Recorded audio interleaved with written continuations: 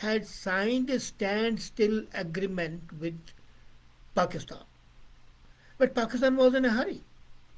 When India took action in Hyderabad, Pakistan said, look here, they might take such an action in Kashmir as well. They took action in Hyderabad, they took action in Junagadh. And then he prompted the Kabalis and the Pakistan army incognito to go to Kashmir. And this has also been collaborated with Kuldeep Nair in his book Beyond the Lines. And he writes very clearly, had Pakistan been patient, it would have got Kashmir automatically. India would not have conquered it, nor could a Hindu Maharaja have ignored the composition of population, which was predominantly Muslim. Instead, impatient Pakistan sent the tribals over there with regular trips in Kashmir within days of independence. Now it's true that Pakistan wanted in a hurry. And it's also true that Nehru was keen on Kashmir. Patel was opposed to it. And now the scenario being created in India is that Patel wanted Kashmir and Nehru opposed it. This is Shia history being disputed. I have seen the records and archives myself, have gone through them. And even when New Delhi received Maharaja's request to accede to India, Patel's statement in writing is, we should not get mixed up with Kashmir. This is what he writes. He wrote a note to Mountbatten and to Jawaharlal Nehru. We should not get mixed up with Kashmir. Let's reject the request of Maharaja Hari Singh because the primary population is Muslim, majority population, and Hari Singh has signed a standstill agreement. And then the next line of the same note was, we already have too much on our plate. So Patel remained consistent on his perception that Pakistan shouldn't talk of Kashmir, shouldn't talk of Hyderabad, but Kashmir should go to Pakistan. But when they did not agree to it, then of course he said, okay, we'll fight. Chaudhry Muhammad Ali corroborates it. He wrote a book, Emergence of Pakistan.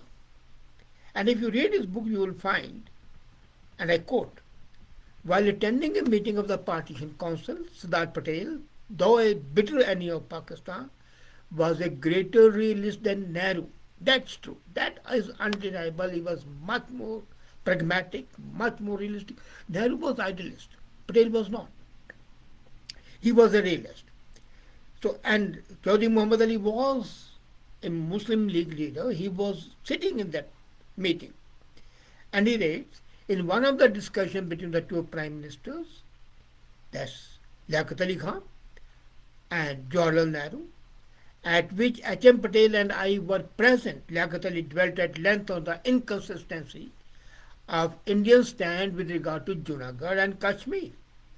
If Junagadh, despite its Muslim leaders' accession to Pakistan, belonged to India because of Hindu population, how could Kashmir, with its Muslim majority, be a part of India simply by the virtue of being a Hindu leader, having signed the instrument of accession to India? If the instrument of accession signed by a Muslim leader of a Hindu majority state is not acceptable because it's invalid, it's against the will of the people, so is the case in Kashmir. Very clear. And Liaquat Ali Khan made this absolutely acceptable points. This could not be disputed. And Patel could not contain himself and burst out. Why do you compare Junagadh with Kashmir? Talk of Hyderabad and Kashmir and we'll reach an agreement. This was in a meeting at the highest level. Two prime ministers, Patel, Chaudhry Ali Khan. Now these four people writing, And Chaudhary comments, Patel's view was at that time and even later that India's effort to retain Muslim majority areas against the will of the people was a source not of strength but a weakness of India. Now, Patel felt that if India and Pakistan agree to let Kashmir go to Pakistan and Hyderabad to India, the problem of Kashmir and Hyderabad could be resolved peacefully and it shall be mutually beneficial to India and Pakistan.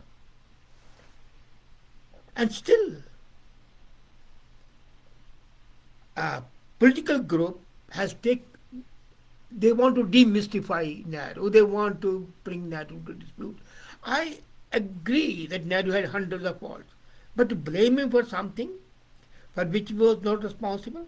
Now, there is another collaboration by Sardar Shaukat Hayat Khan, the nation that lost its soul. It was a dinner being hosted by Lord Mountbatten, and there was a message from Patel. At that dinner, Patel said that Pakistan should take Kashmir and let Hyderabad go. Deccan, which had a Hindu majority state.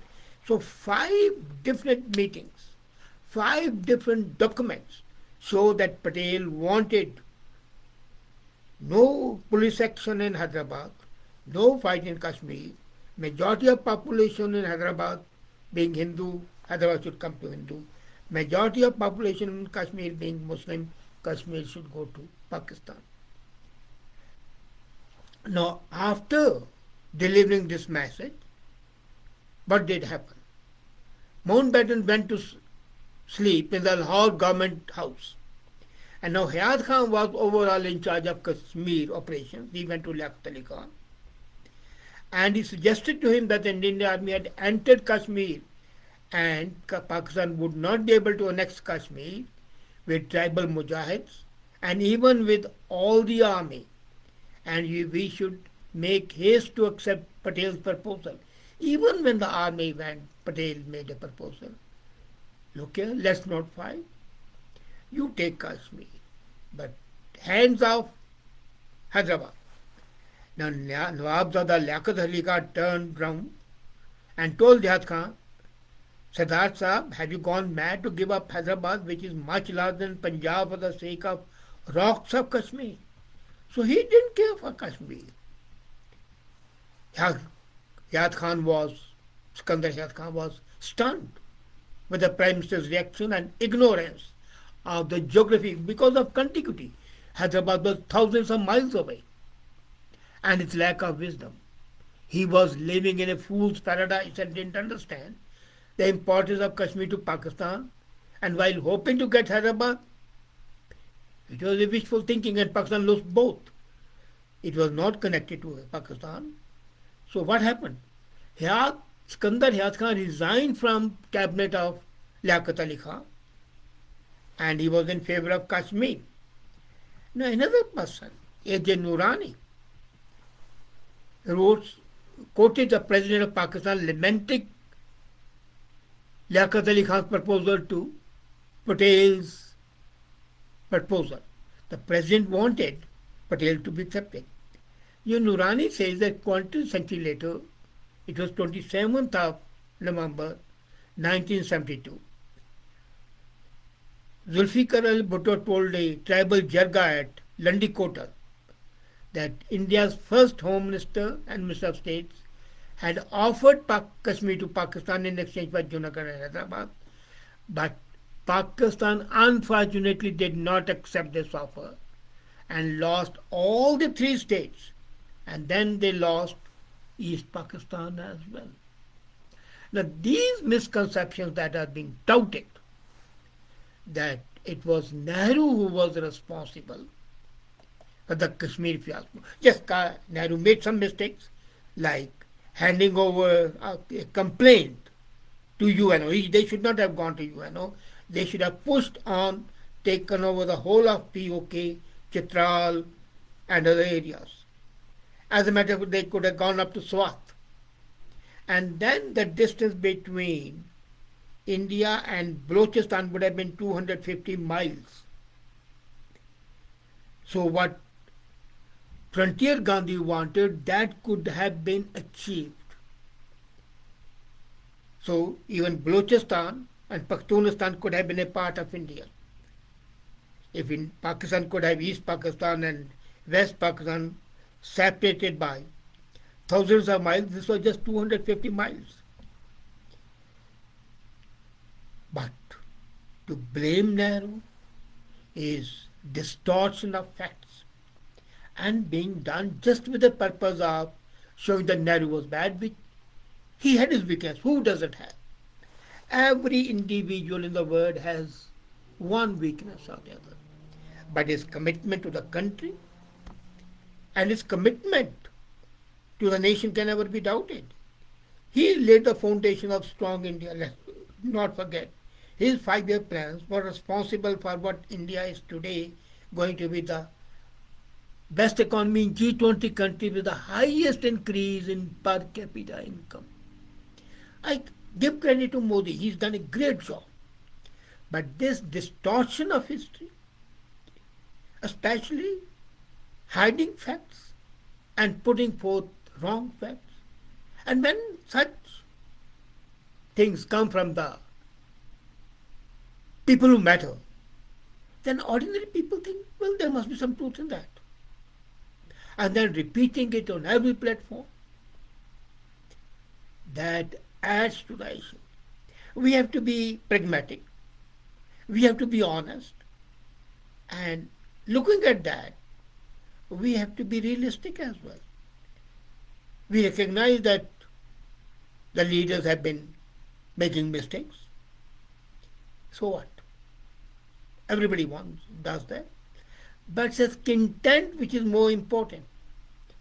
And Nehru never wanted to take any action which was not in the interest of nation. So these are some cobwebs which I thought need to be removed so that a clear picture can be presented and we can see the reality as it really is instead of being clouded and thought the other way around. Thank you.